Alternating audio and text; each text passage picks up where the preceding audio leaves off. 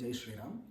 ಸುಮಾರು ಜನ ಮೆಸೇಜ್ ಮಾಡ್ತಾ ಇದ್ದಾರೆ, ಗುರುಗಳೇ ಈಗ ತಾನು ಮದುವೆ ಆಗಿದ್ದೀವಿ, ಆದರೂ ದಾಂಪತ್ಯ ಜೀವನದಲ್ಲಿ ಭಾಳ ಸಮಸ್ಯೆಗಳು ಉಂಟಾಗ್ತಾ ಇದೆ, ಗಂಡ ಹೆಂಡ್ತಿರ ಜಗಳ, ಅವಾಗವಾಗ ಮನಸ್ತಾಪಗಳು, ಇಬ್ಬರು ಮಧ್ಯದಲ್ಲಿ ಯಾವಾಗಲೂ ಪರಸ್ಪರವಾಗಿ ಜಗಳಗಳು ನಡೀತಾನೇ ಇದೆ ಅಂತ ಸುಮಾರು ಜನ ಮೆಸೇಜ್ ಮಾಡಿದ್ದೀರ.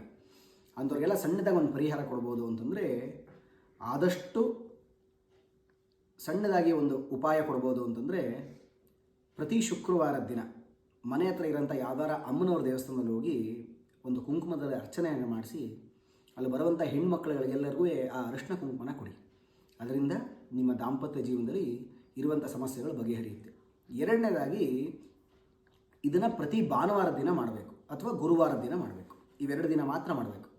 ಒಂದು ಬಿಳಿ ಪೇಪರ್ ಮೇಲೆ ನಿಮ್ಮ ಹೆಸರು, ನಿಮ್ಮ ಯಜಮಾನ್ರ ಹೆಸರು, ಅದನ್ನು ಕೆಂಪು ಇನ್ಕಲ್ಲಿ ಬರೀಬೇಕು. ಕೆಂಪು ಪೆನ್ ಇರುತ್ತಲ್ಲ ಅದರಲ್ಲಿ ಬರೀಬೇಕು. ಬರೆದು ಒಂದು ಜೇನುತುಪ್ಪದ ಬಾಟ್ಲು ತೊಗೊಂಡು, ಸಣ್ಣದಾಗಿರೋಂಥ ಜೇನುತುಪ್ಪದ ಬಾಟ್ಲು ತೊಗೊಂಡು ಅದ್ರ ಒಳಗಡೆ ಆ ಪೇಪರನ್ನು ಹಾಕಿ ಲಾಕ್ ಮಾಡಿ ಯಾವುದಾರ ಒಂದು ಮನೆಯಲ್ಲಿ ರೂಮ್ ಹತ್ರನೋ ಎಲ್ಲಾದರೂ ಸರಿ ಮೂಲೆಯಲ್ಲಿ ತೊಗೊಂಡೋಗಿ ಅದನ್ನು ಇಡಬೇಕು.